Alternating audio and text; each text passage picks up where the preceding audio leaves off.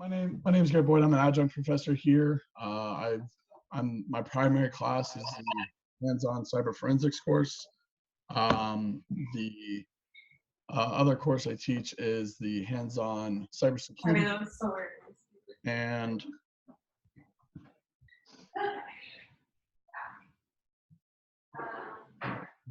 you are muted. All right.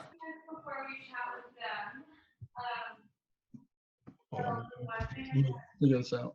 I'm muted on all the volume.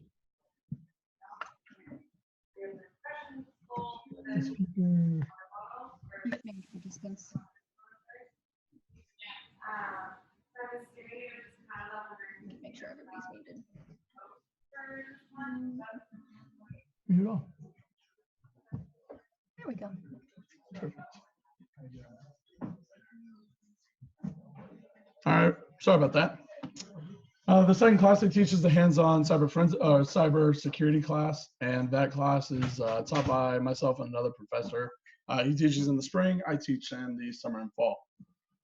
With that, today's conversation is just why I personally think policymakers should have a background in cyber if they're going to make decisions on cyber policy, because there's a lot of things that go into it that even when things happen, bad policies are made, and therefore we just get bad results and things constantly have to change.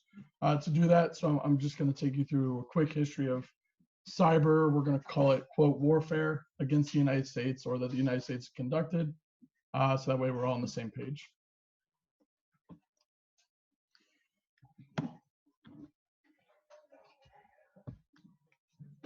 All right. So my background, I spent 10 years in the Marines doing cyber operations. I've done systems administration, network administration. Pretty much if there's something under the cyber logo, I've done it. Forensics, incident response, pen testing, policy. I've made and enforced policy when I was stationed overseas. And by enforcer, I mean I'm basically the guy that just has to say, hey, you can't do that, that breaks security policy. And everybody gets mad at you, and it's because there's nothing to enforce it because we had bad policy. After I left the Marine Corps, I went and worked for ICE doing, we'll call it advisements. My primary responsibility was forensics in regards to child exploitation cases. And then I currently work for the Executive Office of the President as a contractor. I'm a contractor, I'm not a government employee. Where I do cyber threat intelligence, where basically I look at attacks against the network and provide indicators of compromise and associate those to nation state actors. So that is the gist of what I do day to day. And if anybody's in the Air Force, this is a jab at you. Just take it. It's okay. If for those of you in the back that can't see it, it says it's okay, airman. It's supposed to go bang. Don't worry about it. So, disclaimer one, this is my interpretation of everything that's in this slide. It is by no means to be construed my employer's position or my client. So the Executive Office of the President, I don't represent them in any way, shape, or form. Second one, I am not an attorney, not a lawyer, never been one, really don't have a desire to be one. And I did not stay at a Holiday Inn last night, so I did not get really, all that extra awesomeness. So with that, these are my interpretations of the laws and the policy. So I'm going to miss stuff. There's some nuance I'm not going to know, but that's kind of what we're getting at. All right, now that the boring stuff's out of the way, let's talk about it. We're going to go over some definitions, make sure we're all on the same page. The history, current policy. Assuming there's time permitting, I'm going to do a demonstration, but mostly we're going to end on some Q&A. All right, definitions: espionage, the practice of spying or use of spies, technically by governments to obtain political or military information. Act of war, an aggressive act, usually employing military force, which constitutes an immediate threat to peace. Anybody got a better definition? You guys are security studies, international relations. Anyone got a better one? Nothing. Crickets. All right, cool. Cyber, by the way, cyber is an adjective. It cannot be used by itself. It is a massive pet peeve of mine when people are like, let's do cyber, right? Cyber what? Anyways, but it's relating to or characteristics of cultures of computers, information technology, virtual reality. Virtual reality is not part of the cyber umbrella. Just push it aside. Cyber war, the use of computer technology to disrupt the activities of a state organization, especially the deliberate attacking of information systems for strategic or military purposes. This is the one we're going to kind of harp on today, mainly because I disagree with the ambiguity in this, and this is kind of the crux of today's conversation. And then hacker, cracker, persistent threat, whatever. A person who uses computers to gain unauthorized access to data, also known as a cyber threat actor, a broad term for any individual or group of individuals that attempts or successfully conducts malicious activities against enterprises, whether intentionally or unintentionally. Lots of words. And just to bring everybody into the fold, this is what we all believed hacking would look like.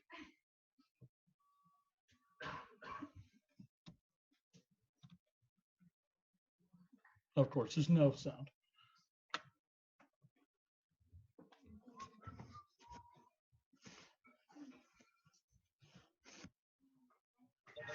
The core terminal is trying to shut us out of the grid. Someone spent a lot of time on this anti-hacking software. Perfect. I'm gonna have to go into hardcore hacking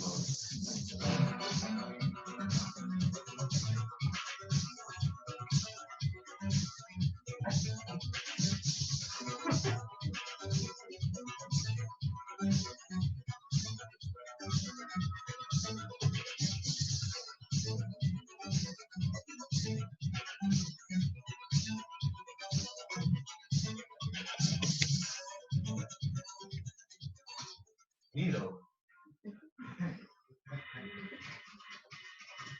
There we go. Now, let's just make sure the floppy disk gets set to the right here. In 3, 2, 1.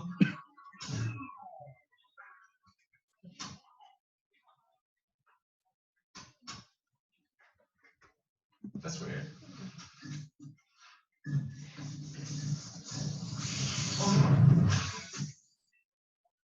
All right, I'll show you that video, mainly because it's what we all thought cyber would look like, cyber warfare. You know, you hit enter and something crazy happens. No, it's not how it works. You hit enter and nothing happens. You just, like, we had demo god problems earlier today, but we got to figure it out. But cyber warfare is not taking a gun and pointing at your computers. It's not how it works. What's that mean? You keep using that word, but that's not what I think it means. Yeah, basically the same principle. So the original cyber act of, we'll call it cyber espionage, just so we're on the same term, is a story called The Cuckoo's Egg. There's a book written about it, but basically a 75-cent error in billing at Berkeley's computer billing system started an investigation because it doesn't happen. The way the minimal amount you're allowed to bill was $1, and it wasn't associated to any account, so they couldn't figure it out. So an astronomer that was just assigned to the computer lab was told to look into it because they assumed it was an error within the programming. Come to find out, there was excessive logins from people that didn't exist, that had no account, and so on and so forth. This is the first documented case of a computer break-in by an actual individual versus something that went awry. The person was looking for anything with the term nuclear or SDI, which is the Strategic Defense Initiative. Are you all aware what that is? All right, cool. I assumed, but just in case, it's the line underneath that. They saw the attacker went for months, scouring data, going through different systems. From Berkeley, would log into other systems because Berkeley had massive connections to government programs and other universities and other projects like DARPA at the time, which had a different name, but they were using that. Come to find out, it was a guy in East Germany who was selling all this information back to supposedly the Russians. That's as far as the investigation got, kind of to bury the lead, but it happened. would you guys consider this an act of war? We're talking, this is the 70s, so Berlin Wall's up. Someone's stealing maybe classified information, or at least sensitive information in regards to America's nuclear policies, the SDI. Is this an act of war? Say yes, anybody? Anybody? It's okay. We got a couple. All right. I'm gonna call no, because if we look at just the term warfare, an act of war requires an act of aggression. This is more of espionage, someone trying to steal secrets. Where if we were to go back, cyber warfare is any act against intentional act against military, but it doesn't really fit.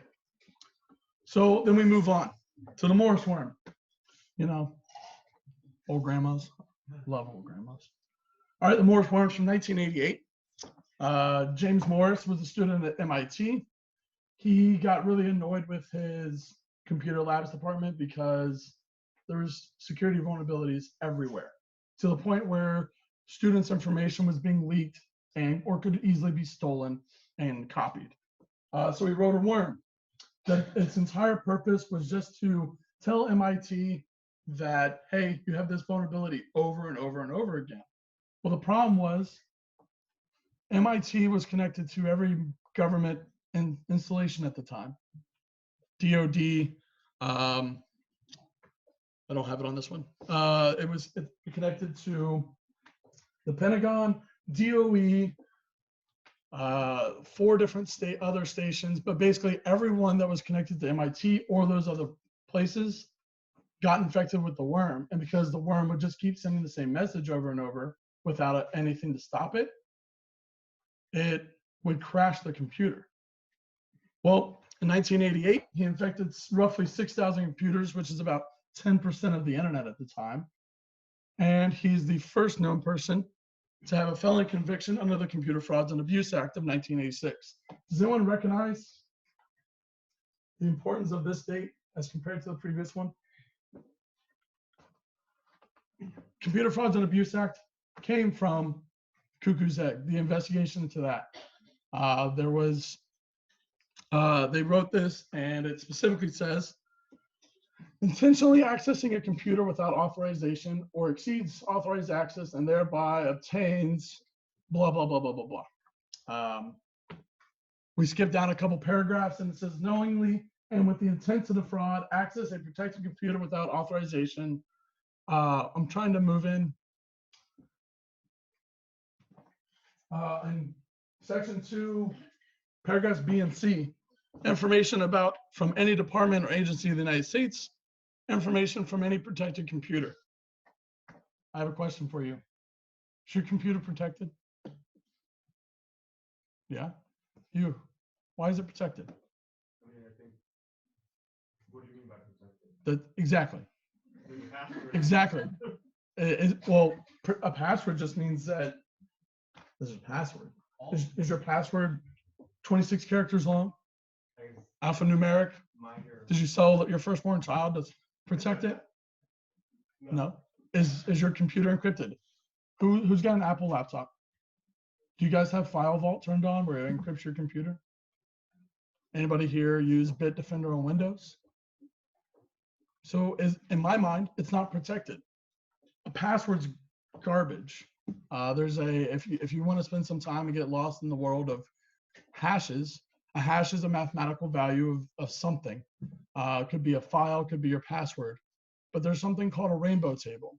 A rainbow table is a massive Excel sheet that has every possible hash value for every possible password up to, I think it's like 20 characters now. So we've given enough time, a password can break into your computer. So is your computer protected? In my mind, no. The Computer Frauds and Abuse Act doesn't specify what a protected computer is either. Most of the language in here is actually specifically targeting paragraph B, departments or agencies of the United States. The Computer Frauds and Abuse Act doesn't actually cover you. It only covers government agencies. I didn't talk about it. Oh, I didn't write it down. So it also only covers if you, let's see, computer and the value of such use is not more than $5,000. As soon as the value of whatever's taken is over $5,000, the Computer Frauds and Abuse Act can no longer be used. Just as a side note, first-time offense is up to 10 years in prison. Anytime after that is up to 20 years in prison. So what happens after $5,000? You can look into in December of 2018, U.S. government, along with about 20 other countries, indicted 2 Chinese nationals as a part of APT-10, Advanced Persistent Threat 10. They have 1,000 other names, but mainly they were stealing intellectual property from thousands of companies via different connections. The Computer Fraud and Abuse Act is not mentioned anywhere in that indictment. They got them for banking fraud because that is a much more specific and powerful piece of policy that people can talk about. So you're not protected. Your computer alone's worth more, at least $2,500, roughly 12 to 2,500 for your Apple laptop. To buy a cheap Chromebook, it's $300 or $400. So yeah, you're protected. But what if you lost everything for school the day before finals? Is that worth more than $5,000 for you? Your tuition's way more than that. If you fail, you'd have to pay again. That's worth more than $5,000. All right, moving on. Eligible receiver. And if anybody knows anything about football, you like this joke. If not, don't worry about it. All right. So eligible receivers in 1997. The U.S. Department of Defense conducted an exercise with the NSA being a red team. Red team being, hey, we're going to pretend we're the bad guys. They didn't tell anyone. They just said, NSA, go crazy, break into anybody and everybody playing in this exercise. So they did. They played as the role of North Korea, Iran, Cuba, and were able to gather the attack networks, denied services, changed and manipulate emails to appear to come from legitimate sources. Common vulnerabilities and free software on the internet was all they used. I can tell you right now, there's a program called Metasploit. It's freeware. If you download a version of Linux called Kali, it comes built in. It's as soon as you hear about a vulnerability on the internet, give it 24 hours, they'll have something built into it. It's big money. It's easy money. And using it is kind of, as long as you're decent with knowing how to type commands in, it's okay. You can easily do it. There is a little graphic user interface, but it's worthless. Just stick with the command line version. But with this, they were able to gain access to over 36 government networks, change and add user accounts, and reformat hard drives, which means complete loss of data. Continually, we see that there's this pattern. Anybody ever seen the movie War Games? Way back in the 70s? All right. Reagan was president at the time. He walked in, said, hey, can this happen? For those of you who haven't seen War Games, a high schooler dials into the DoD computer system and plays missile defense against an artificial intelligence program that thinks that it's real and basically almost causes thermonuclear war. It's a good movie. It's worth watching. It hasn't aged well, but it's a good movie. He asked, can this happen? And the response was, well, yeah, it can. It still can. Anybody who remembers the Capital One hack? I'm sorry, Experian hack. Equifax, there, that one. Equifax. Sorry, I got to back up enough hacks. Equifax hack happened late last year. Who was affected? I was. If you're in this room, you might as well just raise your hand. You're not getting your money, by the way. I don't know if you've noticed that. But basically, they had a vulnerability called Apache Struts, which was a vulnerability in their web management system that linked to their database, the database that held all their information. The vulnerability was announced almost 2.5 months previously, and they had written out to not patch it. they're going to accept the risk because they didn't think anyone could actually get it to work because they believed that their systems were protected. Well, they were obviously wrong. And it's the same problem we run into over and over again. As you see, the NSA just went rampant in 1997. Moonlight Maze. Moonlight Maze, this is a nice little graphic. Excuse me. The origin of attack in the bottom left. The attacker used proxies into military systems, other universities, just like we saw before in Cuckoo's Egg, to steal tons of information. Started in 1996, wasn't found until 1998. I can tell you statistically, you have at least a year for any good threat actor to be trouncing around in your networks before you see any evidence. A year's a lot of time. And 2 years was enough time for them to steal enough information that if it was stacked in on end, it would be 3 times higher than the Washington Monument. It's a lot of information. And I mean, we're talking the 90s. It's tons of information, classified, sensitive. And the problem is that they didn't know.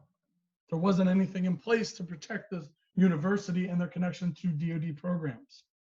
This university now, Georgetown, has, because they do research and funding and stuff like that, has connections to probably the Department of Army, because we do work with the Army War College a lot. I would assume the Pentagon's down the road. I know we have Pentagon visits, so I assume there's probably some trust there. DARPA, tons of connections. Every major university has a connection to the DoD some way, somehow, because that's how the DoD funds technology. If you super smart dude that ruins science fiction movies, astrophysicist, what's his name? Neil deGrasse Tyson. He has a video on YouTube talking about how basically every major technology breakthrough that we use came from the military because they paid universities to investigate it. We can start with 2 things that we use, or 1 thing that we use every day, and 1 thing that has been ruined. The internet,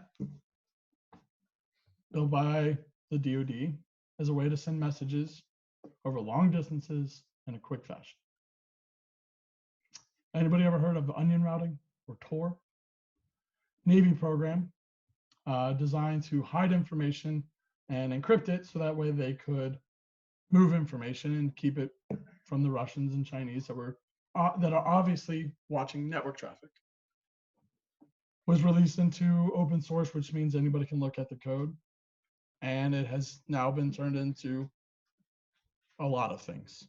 But it happens. Anyways, Moonlight Maze. The investigation ended when the US went to Russia for a completely different scenario. And we're like, hey, while we're here, we can ask about this. Because this is where all the traffic ended in Russia. They didn't have any authority to look beyond it. So they were given a escort by certain Russian individuals. When they asked them, they're like, yeah, sure, we'll give you some data. And so they gave them the data. And then the next day that those certain Russian individuals didn't show back up. They had new escorts. And the new escorts just escorted them around to public places and then sent them on their way back home. That's the end of the investigation. So as far as US authorities are concerned, it kind of ended with Russia. And this became the first known or assumed threat from an advanced persistent threat. This is where we get that APT name, which is a designation for a stealthy computer network threat actor, typically nation state or state-sponsored groups. If you've ever heard of Cyber Caliphate, that's the ISIS version of an APT. There's tons of them out there. Moving on, the Arroyo Generator test. That's not the generator. In 2007, a group of researchers for the Department of Army and Department of Navy decided they wanted to prove that cyber attacks could cause physical damage to systems. Anybody think that's possible consistently? Yeah, right. So the idea was that they're going to open and close breakers at a frequency that was doable by computers, but that was faster than the mechanics of the generator.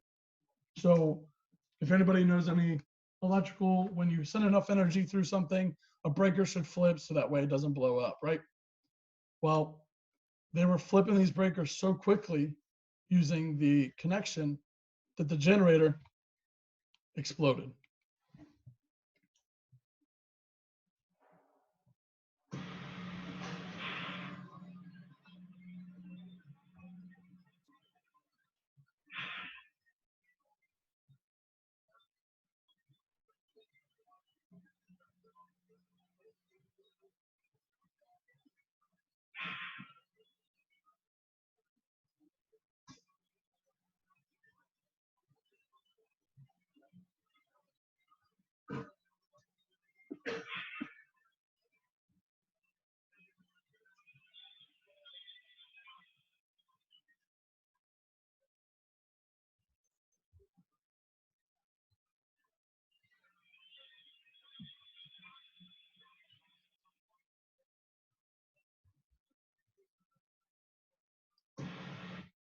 It's a point of make sure we're all on the same page. Generators aren't supposed to smoke. So basically the generator was so destroyed that they couldn't repair it. The insides were melted. It was completely destroyed. Keep track, that was in 2007. Let's go Buckshot Yankee, 2008. Operation Buckshot Yankee was an investigation into a piece of malware that was found all over the DoD. Started with a USB flash drive that was just laid out on the ground in a parking lot in either Iraq or Afghanistan. Just sitting there. Someone was like, oh crap, someone left a USB, let me just pick it up. And then they plugged it into classified and unclassified networks. And when in doing so, a worm spread everywhere. Designed to scan computers for data, open backdoors, and send those backdoors to a remote command and control server. Any good piece of malware that has any type of secondary actions will report back to what's called command and control servers, just like command and control for armies and whatnot. No different. This was called agent.btz. It was suspected by Russian hackers were behind it because they had the same code that made up in a previous attack. In order to stop this, the DoD banned all flash media from their systems and disabled a Windows auto run feature. Basically, the idea that when you plug in something, if you have a Windows computer, if you ever worked on one, you plug something in and it goes, hey, do you want to run this? We'll play your music automatically. Yeah, that became a choice rather than just doing it without your approval. This led to the creation of the U.S. Cyber Command. It also led to some really awesome policy. Moran Minh, which is Marine Corps Administration Policy 64708, immediate discontinued use of flash media and memory devices on Marine Corps networks. Prohibited devices are including flash lists, thumb drives, memory sticks. Basically, it lists every version. Waivers. No waivers or exemptions to this Moran Minh are authorized. Right there, this is by far one of the better policies. I ended up working for the guy who wrote this near the end of my career. And he said it was the hardest thing to ever get pushed through because of that last line. No waivers or exceptions. Throwing no blame on previous presidential candidates or State Department individuals. Let's talk about Hillary Clinton and her private email server and her communications. What was the big downfall? Not that she had classified information, that's not what we're talking about. Department of State had no policy stating that the Secretary of State could not host their own information outside of the Department of State network. They had policies on what you could do on the network, but nothing that stated that all department official work had to be on Department of State infrastructure. People don't like that they can't break the rules, can't bend the rules. For any policy, whether it's national level, low level, or within your own computer networks. You guys got signed up for accounts for Georgetown. You had to sign forms and things like that, saying you would not do this, you would do this, so on and so forth. Anybody remember those? Do you remember every line? Everything you are and are not allowed to do? Let's just take quick poll. Are you allowed to write malware? Who says no? Just real quick. We'll say 2/3. Anybody say yes? She's right. You can. The policy specifically states that you cannot distribute malware. Not that you can't write it. And it says you can't distribute it using the Georgetown network. So let's go back to Buckshot Yankee. If she was going to write a piece of malware and just wanted to ruin one person's life, that's all she wanted to do. It's the easiest way to do it. Put it on a thumb drive, put it on the ground. Doesn't matter. Someone's going to pick it up. Someone's going to plug it in. I cannot tell you how many times it happens, but it happens. All right, now let's move on to the coup de grace. Stuxnet. At no time am I saying the US or Israel or anyone did this. That's not what we're talking about. Stuxnet was first discovered in 2010. However, evidence shows that it's running since 2005. Remember I talked about you had a minimum of a year? In 2 years, they were able to steal 3 times as much information that would stack up 3 times Washington Monument. 5 years. This piece of malware was floating around the internet and no one knew. There's a great documentary called 0 Day. It's about an hour and a half, hour and 45 minutes. You can find it for free on YouTube. Honestly, it's the first search. The second search is $1.99 to watch it. Give the publicist, good gracious, forgive me, they're due if you so choose. But otherwise, it's for free. And the guy says he'll take you down if he ever's been asked. But apparently, he's never been asked. It hasn't been hit for copyright either. I just watched it like last week. But anyways, Stuxnet, its design was to look for programming logic controllers. These controllers that looked for, they're basically the things that control the lights when the power goes out to send power elsewhere. The things that control when air conditioning is turned on and stuff like that. But it's looking for one specific type. It spent years doing that. Let's take who remembers operate the Arroyo Generator test? What year was that? 07. Anybody know roughly what year Stuxnet was found and destroyed Iran centrifuges? 2015? You're right. It's like 2014 is when the first one happened. So for 2 years, we can make the argument that this malware was out there looking for these PLCs. Then in 2007, a proof of concept occurs that we can cause physical damage without putting a single person out there. So for 7 years after that proof of concept, they rewrote code, made it better, made it stealthier, made it destructive. And that to me is where we get into cyber warfare. My argument is an act of war requires physical damage. Spies can steal all day long and it's just espionage. It's part of the game. But as soon as you cause physical damage by either hurting a person or a building, property, that's when it's warfare.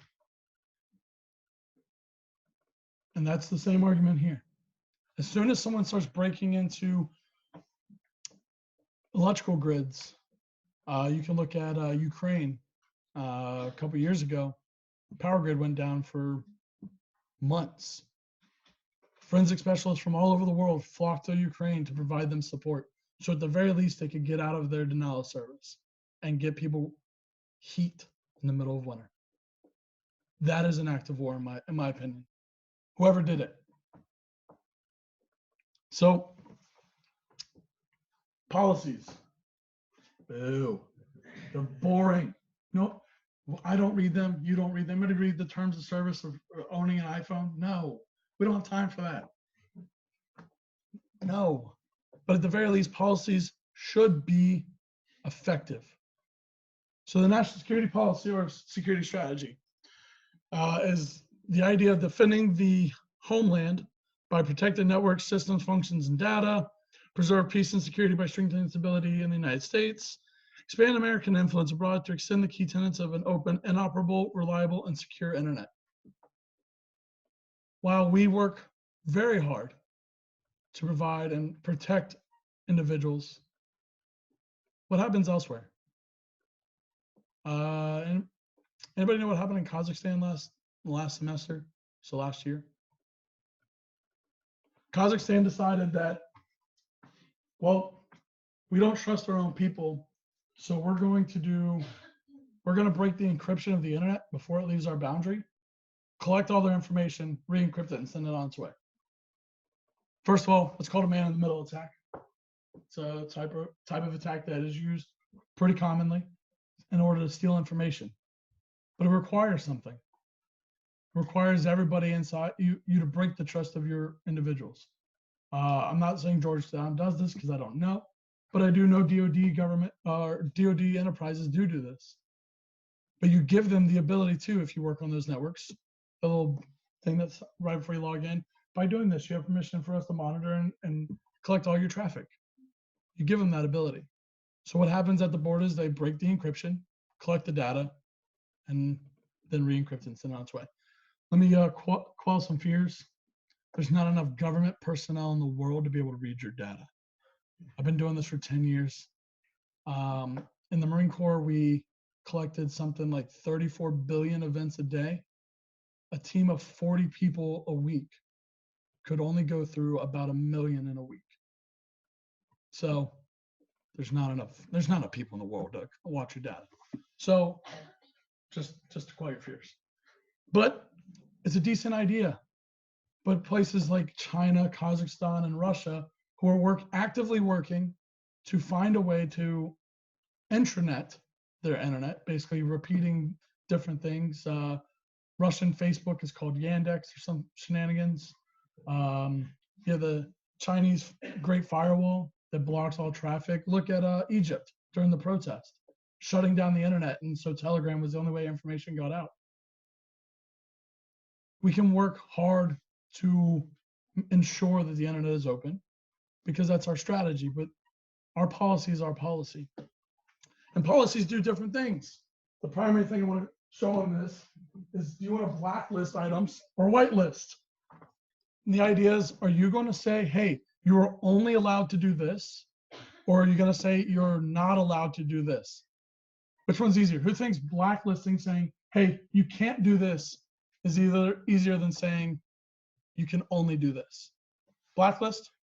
Raise your hand. Whitelist? Whitelist. You guys think telling someone, hey, you're only allowed to do this is easier? And anybody got little brothers and sisters, nieces and nephews that you tell them, hey, you got to be in bed at 9? And they go, all right, cool, I'll be in bed at 9, but I'm playing video games till 11 because you said I just had to be in bed. The internet is full of people like that. You tell them what they're allowed to do, they're like, all right, cool, let me do exactly what you said and find a way around it. I'm telling you from experience, blacklisting is so much easier. It also means you can be explicit. It means you can say things like, you can't go to gambling sites or anything revolving gambling, which is very vague, but you can say it. But what happens if you say all these things? You get your little brothers, sisters, nieces, nephews. I said, go to bed. I am in bed. How do you punish them? How do you punish users that break your policy? Policy is ineffective if there's no punishment. And I'm not talking like capital punishment, I'm not talking fines. And it doesn't matter where the policy is, the level of the policy decides the level of the punishment. But if you don't enforce your punishment, something like, hey, you watching, shouldn't say that on school campus, you going to a gambling site while on campus means that you're going to lose access. Okay, cool. Well, if I find a site that is, for whatever reason, not labeled gambling, and I can get to it and I gamble, I get found out later down the road and they don't punish me, then that proves that I'm allowed to do whatever it is. And that is the opinion of the courts as well. If you do not enforce the punishment from the beginning, you cannot enforce it at all. So, by the way, this top one is called Bring Your Own Device. It's a new type of principle that is coming into cybersecurity where basically companies are deciding that it's easier just to say, hey, you can bring your own computer and laptop, you can plug it in, and we'll just install software on there that only allows these type of products to be open during that time. And then there's a trade-off. Sometimes they get to look at what you're doing because you're supposed to be on company time. So trade-offs for all policy. Hey, yeah, you can bring your own device, but if you do, we still maintain the right to inspect what you're doing on company time. Acceptable use policies are the policies you sign when you got your account. Hey, you are not allowed to do this. You can do this. You're supposed to use your account for this. And then, yeah, punishments. I just want to go to bed every day. I don't want to go out. So, any questions? I've talked a lot. I've talked a lot. What questions do you all have? Anything? What's up? What's the standard for attribution? Ooh. To a nation state or an individual? I guess either. It's difficult. So you look for. Do you know what an IP is? I'm not trying to insult anyone's intelligence when I ask questions. I'm looking for baselines. An IP. IP is basically your address on the internet. Just because someone was using your IP to send malicious traffic doesn't mean that it was you, right? Amazon Web Services, Microsoft Azure, Google Cloud, people rent space, do whatever it is they're doing, and then shut it down. I can't blame Google for that. So basically, you look at what we call TTPs, techniques, tools and procedures, something like that. I don't use the words enough. But basically, you look at these TTPs and you look, well, we know that Korean bad actors do this, and then they go to this, and then they do this, and their email domains always end in 123 ABC. So it could be like Google 123 ABC. So once we start seeing known identifiers, until they change it, we can make the assumption. It's always a best guess. And very rarely will we see like Korean bad actors work out of Korea. It's just, first of all, they don't have a lot of internet. Second of all, that's a dead giveaway. It's easier for them to be like, oh, let me just go buy some American Amazon Web Services space, use it for a couple weeks, and then shut it down, and then I'm done. Use a burner card. It's a hard game. It's even harder when you try to spend the effort to the FBI and the CIA, along with some other groups, spend a lot of time trying to say, hey, Aaron was on keyboard typing this command that broke into the Pentagon. They spend years conducting those investigations. That way they can tie it to a specific person. This does two things. One, you're not blaming an entire country for the actions of a couple who may or may not be doing it on the country's behalf. And two, the country might give up a couple people and an agreement in the background. Yeah, we'll give you those two, but you got to give us these two. So it's a rough game, but basically you're looking for patterns. Humans live in patterns, and they always live in patterns. Next question, I saw one back there. Yeah, what's up? VPNs, I don't really know what they are. If you explain what they are, how they work, would it work with the kind of thing or about that? Yes and no. So VPNs are virtual private networks. The idea is that you're creating, so when you, right now, if you don't have a VPN, when you want to go to Google, which is an encrypted website, you reach out to Google, Google sends you a certificate and the website information. It happens, you just don't notice.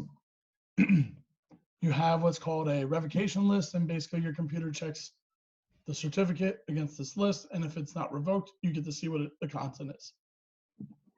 A VPN goes, we'll act on your behalf.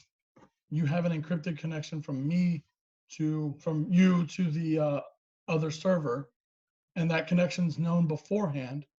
So there's no changing of certificate information and traffic. You already have it. So it's encrypted from there, and then they send that traffic on your behalf.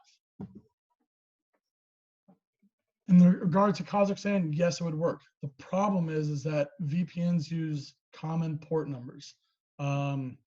Certain types of web traffic work on certain ports. So like web traffic is port 80, encrypted web traffic is port 443. Email is port 25 and it's unencrypted. Free bonus measure, unless you're emailing between Gmail, for the most part, your email's unencrypted and everything you send is in the clear, and which means that people can steal it and read it. Fair, just heads up. Let me scare the crap out of the people in the background over there.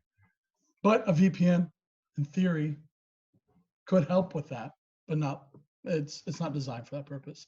A VPN's primary purpose is for you to hide where you are. So if you lived in Kazakhstan, you had a VPN, you would have to have a VPN that uses a port number that's not known for VPNs. NordVPN uses 1192. OpenVPN uses 1196. What's the other one? OpenSecure uses 3384. They all have to register these ports beforehand. So unless it's a small company that doesn't have a lot of notoriety, their ports are known. So like Nord, OpenVPN, OpenSecure, none of those work in China because those ports are blocked. Kazakhstan probably does the same thing. So you'd have to find somebody that changes their ports fast enough and their software is communicating so that way it can make those changes on your behalf. But the primary purposes of a VPN is to hide your privacy, not necessarily your data. Because you're trusting the server who has to decrypt your traffic to send it on its way, not to keep your traffic. You're just changing the trust. Yes. So about policymaking, the later kind of congressional hearings don't really give any optimism of seeing how congressmen understand cyberspace. So when policies are written, which actors would you say are dominant in actually forming them and pushing them through? Are there like certain lobbyists or government organizations that have a stronger say? I would make the argument that you can't. So you're talking recently Mark Zuckerberg being interviewed by Congress and him having to explain the internet to congressmen. If they're old, for the most part, they're not going to get it. It's gonna have to take a change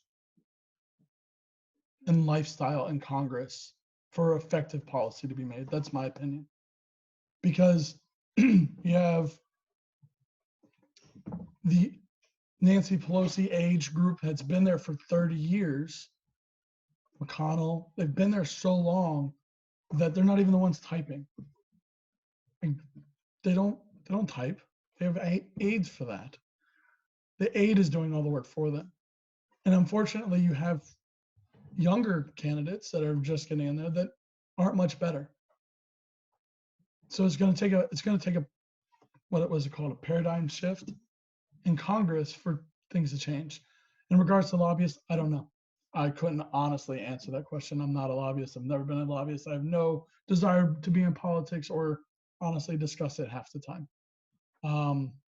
I know there are groups out there, but my argument is that they're lobbyists. They have an objective in mind.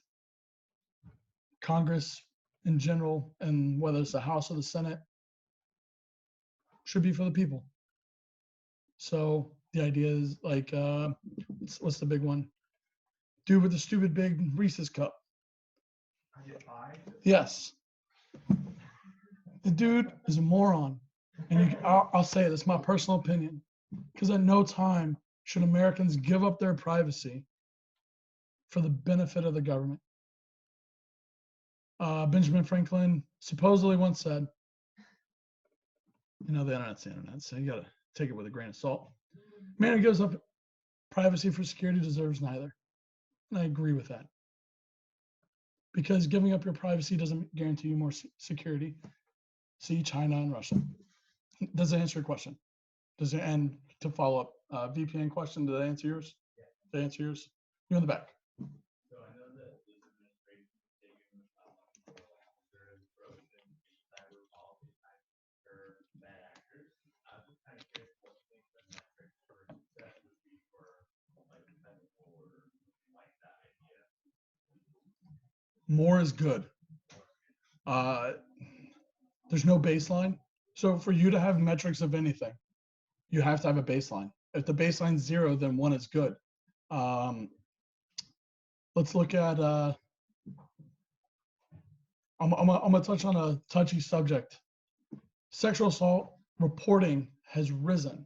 Does that necessarily mean that sexual assaults are more frequent?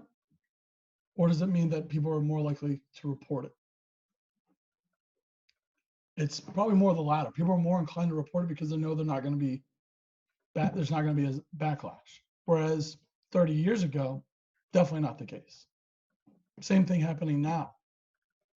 I have a personal home network that I know from the time I set it up what kind of traffic I'm seeing to my stuff, because I started at 0 and I knew. Now, if I see an uptick of 100 people trying to connect to me, it's weird. But 3 or 4, it's kind of on the normal, but I've known that since the beginning. So it just, more is going to be good for now, but you're going to have to compare it year to year for once policy's in place. You can't, just because, hey, this policy became in effect and we started seeing these increase in reporting, it's they're focusing on the numbers, not on the material. Does that answer your question? Do you have any questions from? Nope. I saw this hand first. Do you know why like CDs were not included on the ban on external media? Sure. Flash media. So CDs and hard drives are a disk, a magnetic disk. It has to spin so fast, just kind of like a record, to be read by a needle or a laser in this instance. Flash media doesn't work like that.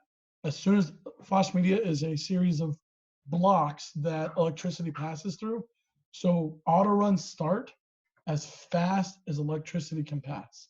CDs and hard drives have a spin up time, which is enough time for a computer to be like, hey, that's not right, and they can stop it. In the forensic world, a hard drive or CD allows for partial execution, so it can be in the middle trying to execute things, and it'll be blocked because of security policies, whereas flash media will be able to execute before security policies can review. Does that make sense? All right, and then there's a question over here. Yeah, when you're talking about humans or creatures of pattern, targeted advertising on when you go to websites and accept cookies, and you have, how easy is it for someone to build? I don't know if it would be a person or a system, very new to cyber, but build a profile of you based on the websites you go to, and then how do they use that information to literally your next advertisement is the thing you never said out loud, but it all of a sudden popped up on here. I feel one of my students asked me this question last week. So great question. So the first case of targeted ads that was ever taken to court was against Target. Target on their website started to do targeted ads based off people's shopping patterns. What had happened was that this guy was online browsing, and ads are ads, you ignore them. And all of a sudden he started getting ads for diapers, and he goes, this doesn't make sense.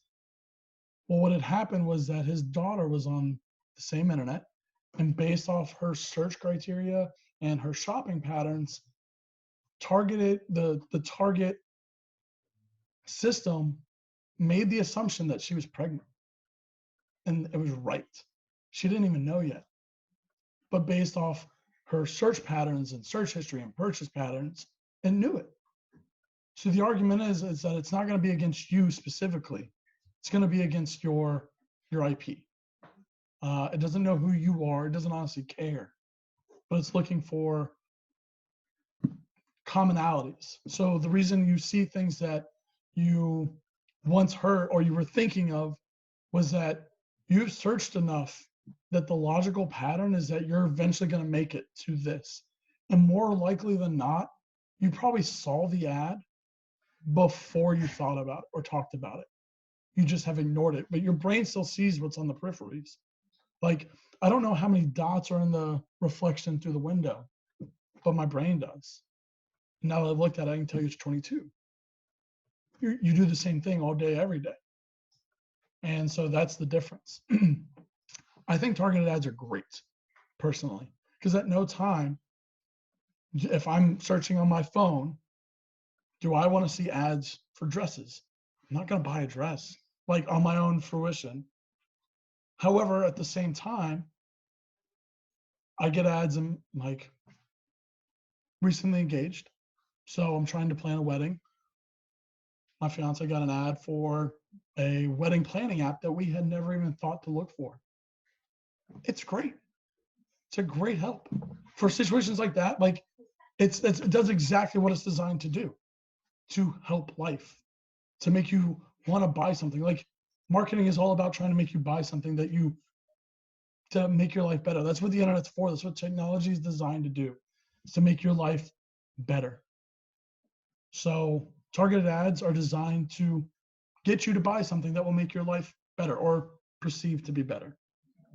So I think they're great personally, because I don't want to see ads for things that don't make any sense. If you're going to target me with ads, make sure they're good ads.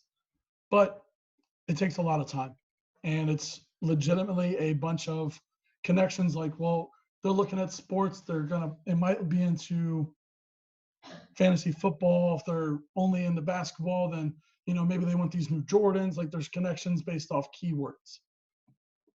So the more you search on the same places, the better the ads are going to get.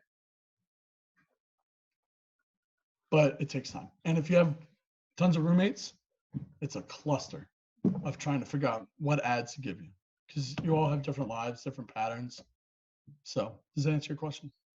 Yeah, is there any in what you've seen area of it that gets into more legal issues, like you were talking about with Target, where you could, like, I don't know, I guess, is there any legal debate about that, or is it considered in the cyber world totally, yeah, to make your life better? The legal issue is GDPR. So the right to be forgotten in the EU. All of that is their argument for privacy. So in the EU, you have to elect to be given newsletters versus electing to get out, which is the American way. And it's the same way with cookies. You have to elect, or they have to say, that's why you get all those pop-up now, is it's saying, hey, we now collect cookies. This is okay, hit accept. Otherwise, do something. Usually I just ignore them. But the the legality behind it is more of a privacy issue, which the US doesn't have any privacy policies. I think there is a privacy law, but it is so vague and so poorly worded that it's never been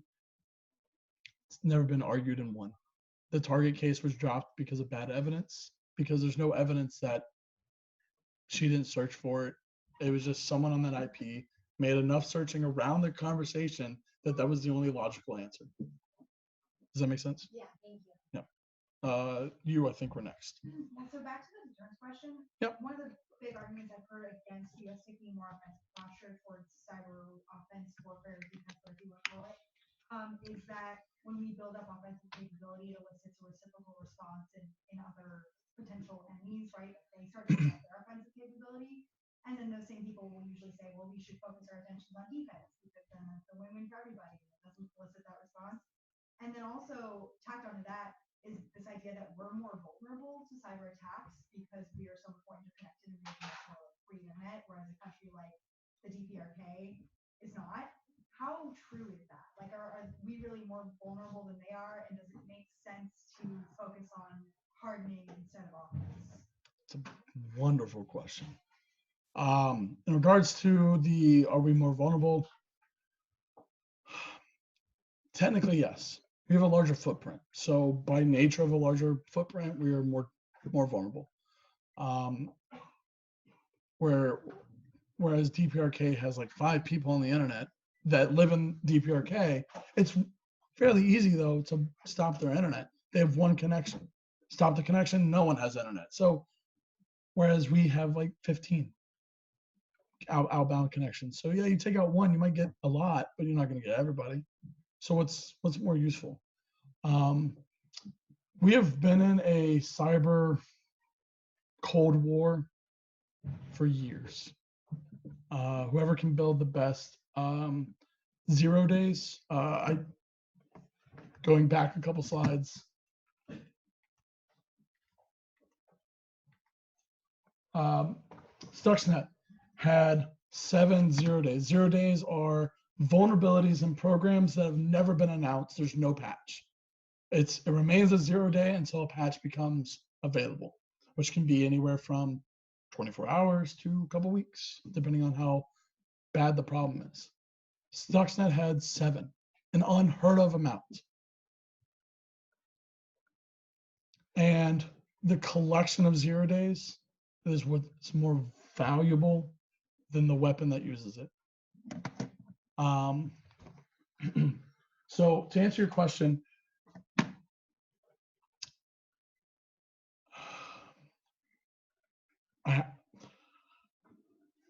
during the Serbian War, the U.S. used cyber activities, and also in the first Iraq War, cyber activities to diminish the communication ability of the enemy.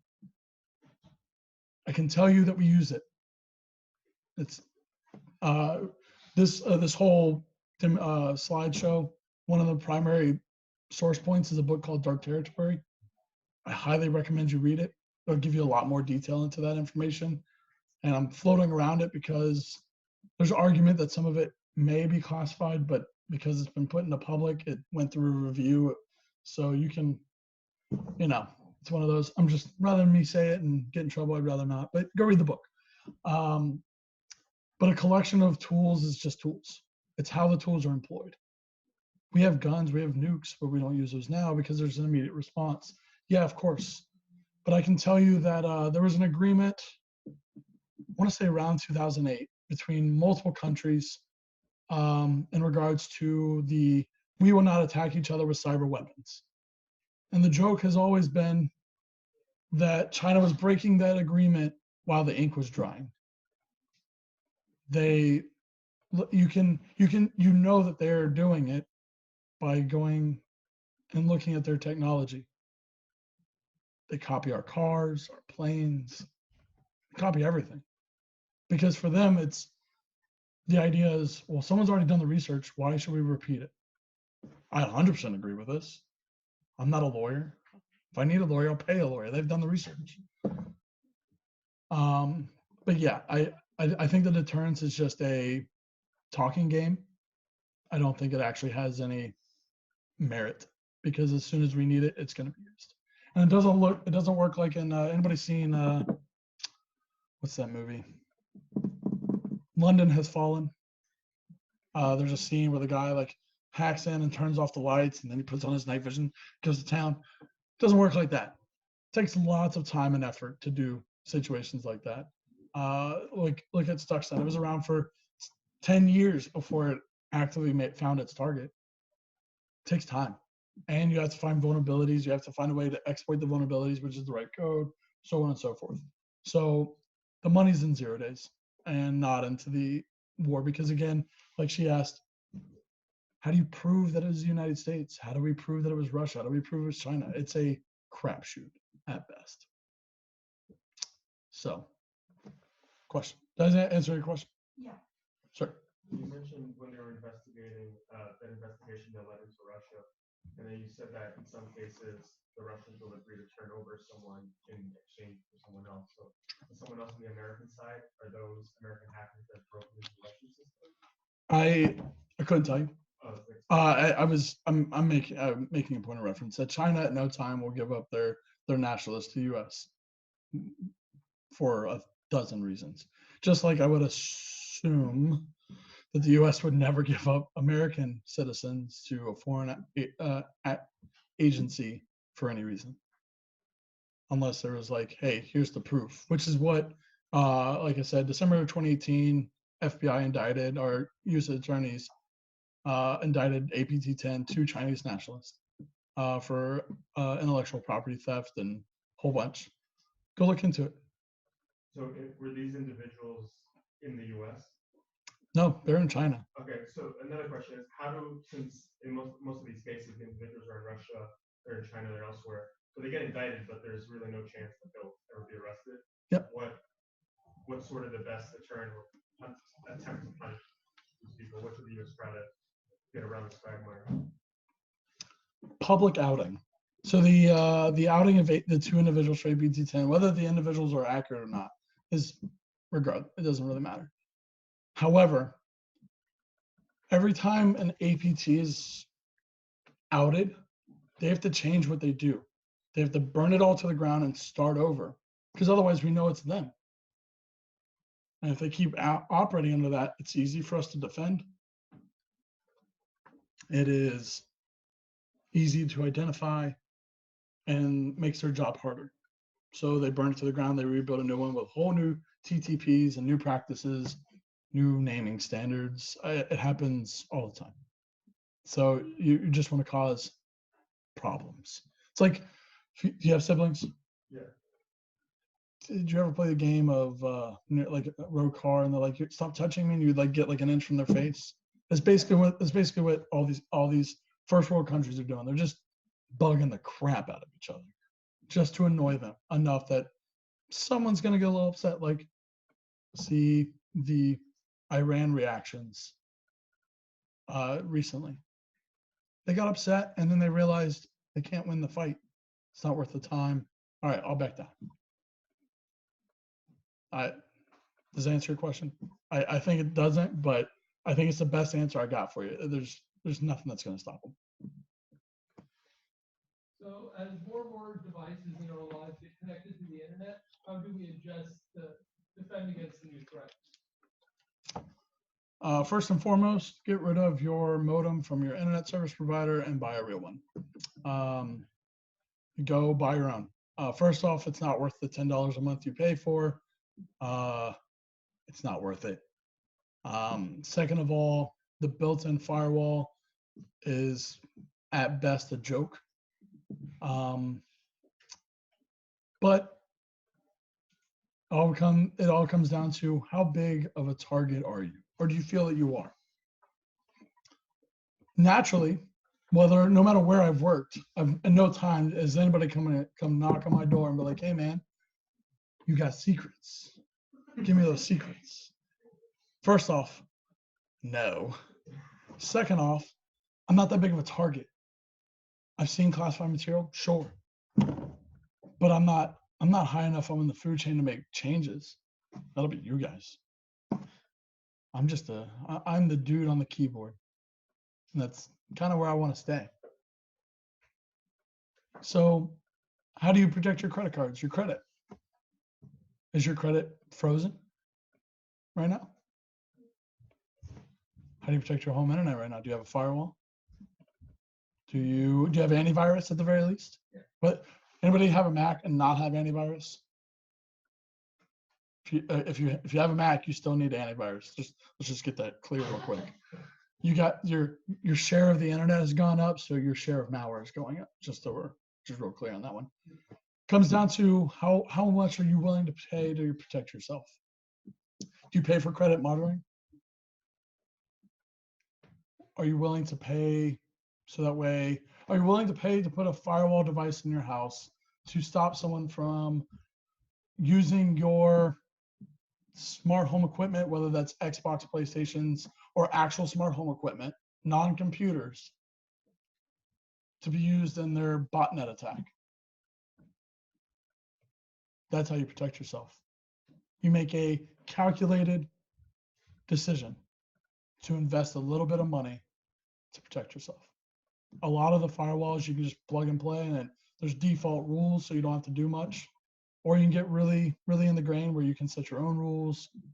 I mean, that's the answer.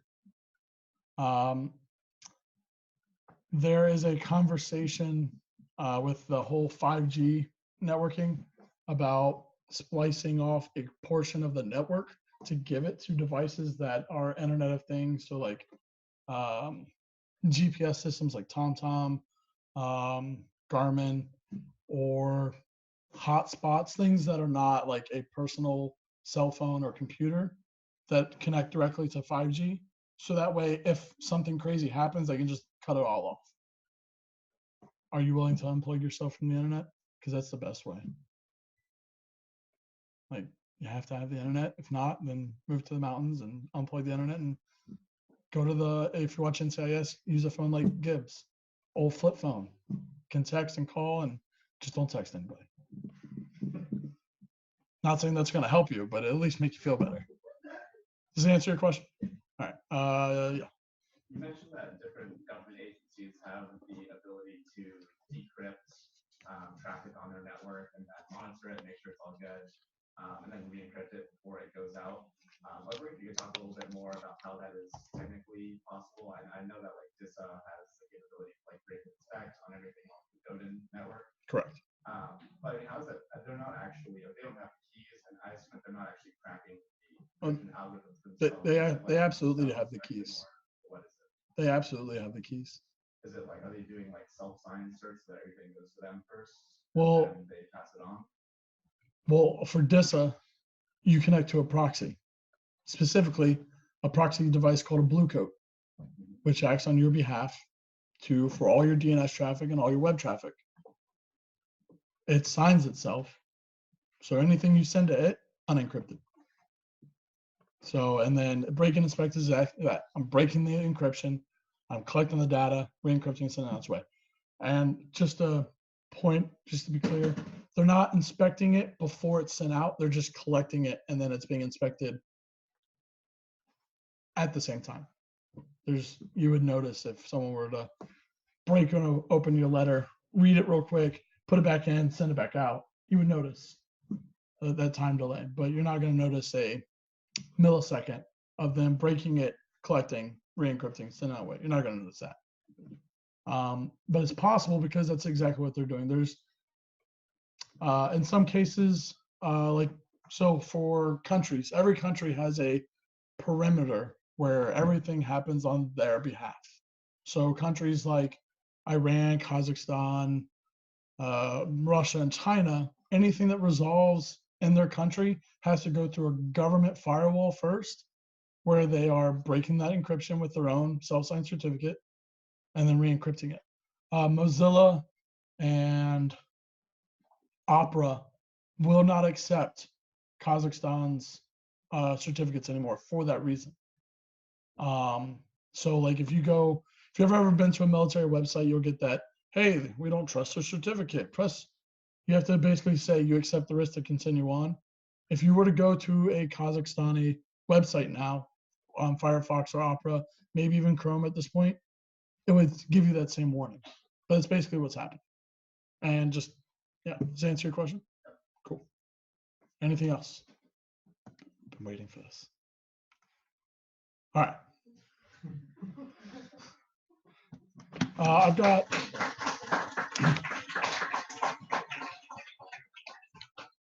at 15 minutes, right?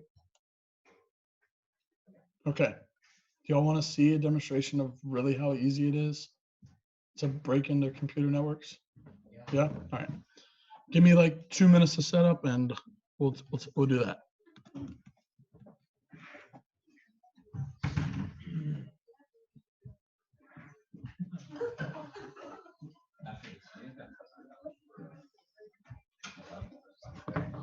Oh, well,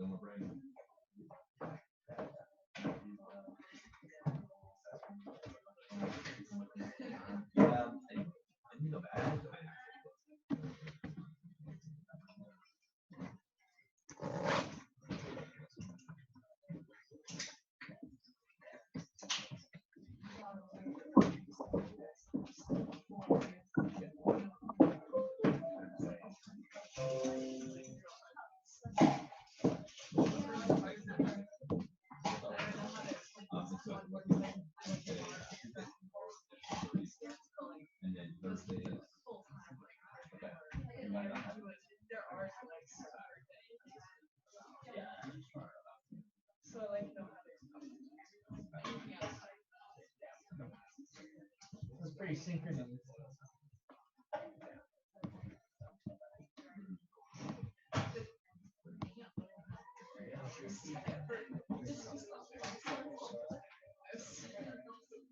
Yeah, well, I'll probably,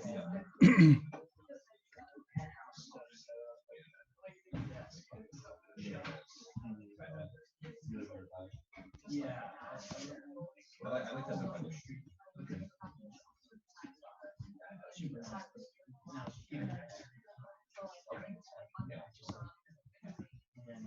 All right.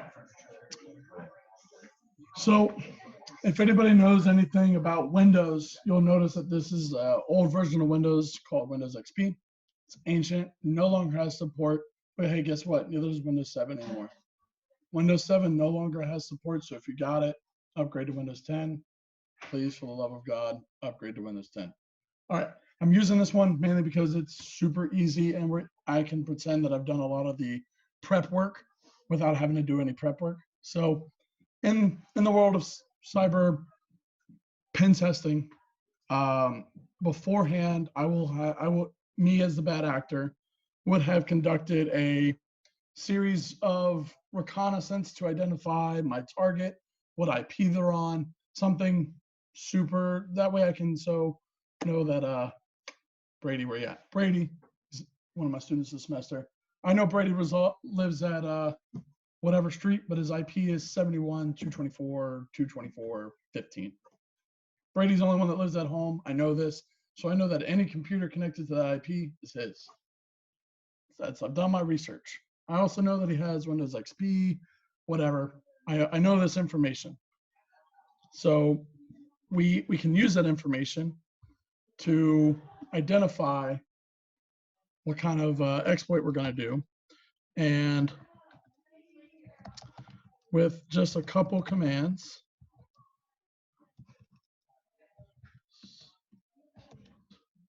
I'm using a vulnerability called within the net application, the network application, to allow me to, excuse me.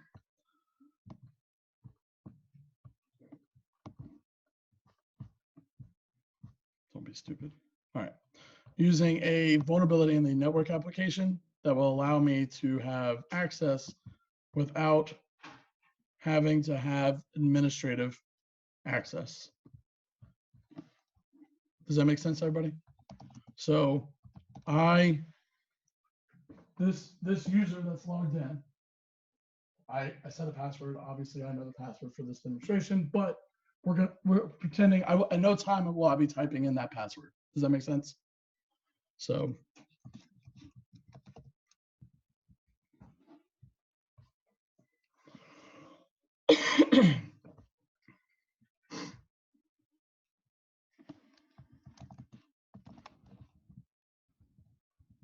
and I will be using a payload, which is like the malware of it, called Meterpreter.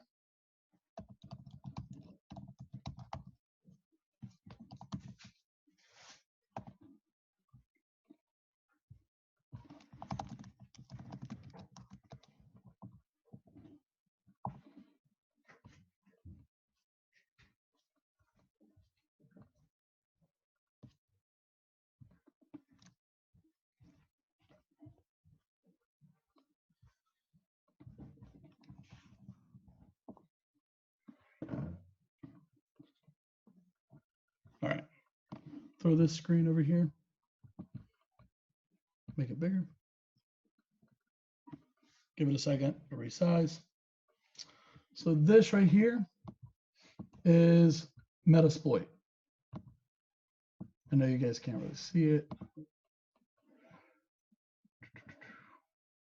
Where is the, there it is.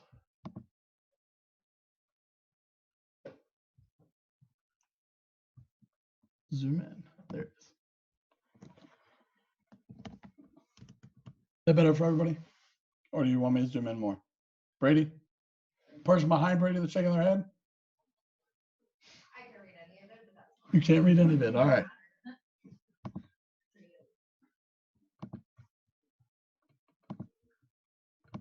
All right, so I'm gonna stand here and I will point with the mouse so that way people on Zoom can see. So right here, I've set all of my conditions for the exploit. I'm taking advantage of a vulnerability, and this is my remote host. This is my payload. This is my local host, and this is that connection. So now that I am in, let me move this back over here. Here's my mouse. There it is. That's the wrong thing to grab.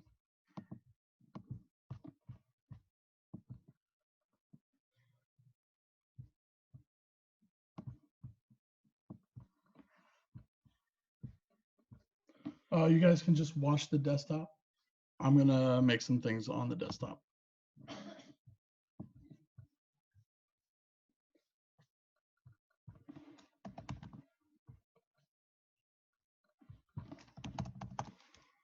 All right, so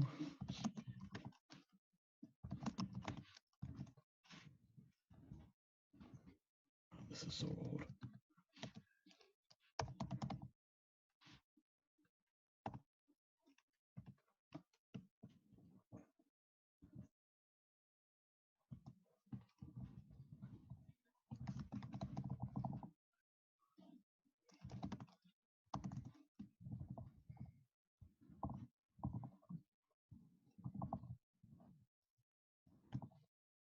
All right, so you don't see anything on the desktop, right?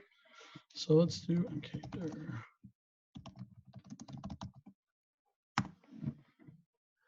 If you notice over on this screen, there are now two folders called Hello There. Real simple, right? Y'all saw me type everything in 2 minutes.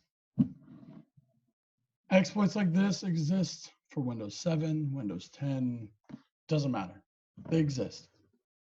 This specific vulnerability remained unpatched, I think for like 2 years, because it was so built into the operating system. They had to come out with an entire service pack to fix it. XP Service Pack 3, which is a series of patches to get the fix. But making things is all well and good. But what if I want to do more? What if I just want to break it? So we're going to change the exploit.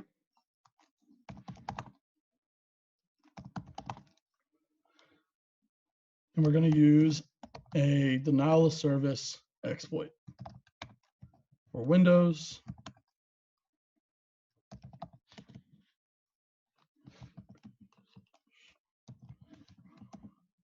This one was from 2012.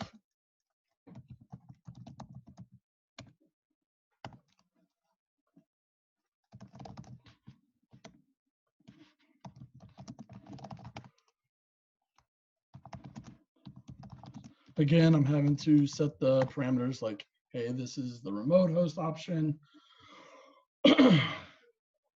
And to be quite honest,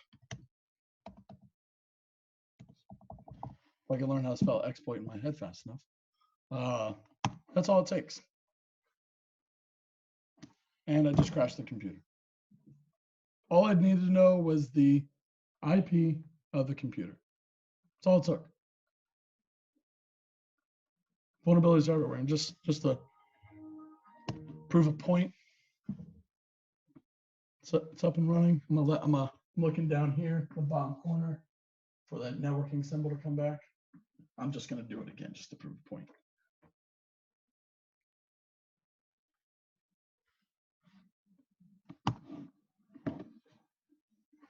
It doesn't take much. And by the way, this is using that Metasploit tool that I told you was available on the internet. There's demos on how to do this stuff for days. It's fun. It's a lot of fun. As a shameless plug, the cyber forensics course, basically, we would look at the evidence off this box to identify what happened, and mainly trying to find evidence of what happened while it's still running. The idea for incident response is that you don't want to interfere with your client or your customers, which are basically your users, from doing their job. So you gather information while the computer's still running. You conduct an investigation and make a mitigating determination on how to fix it. Sometimes you got to take the computer, sometimes you don't. So, any questions? All right. I have nothing else for you. Thank you for your time.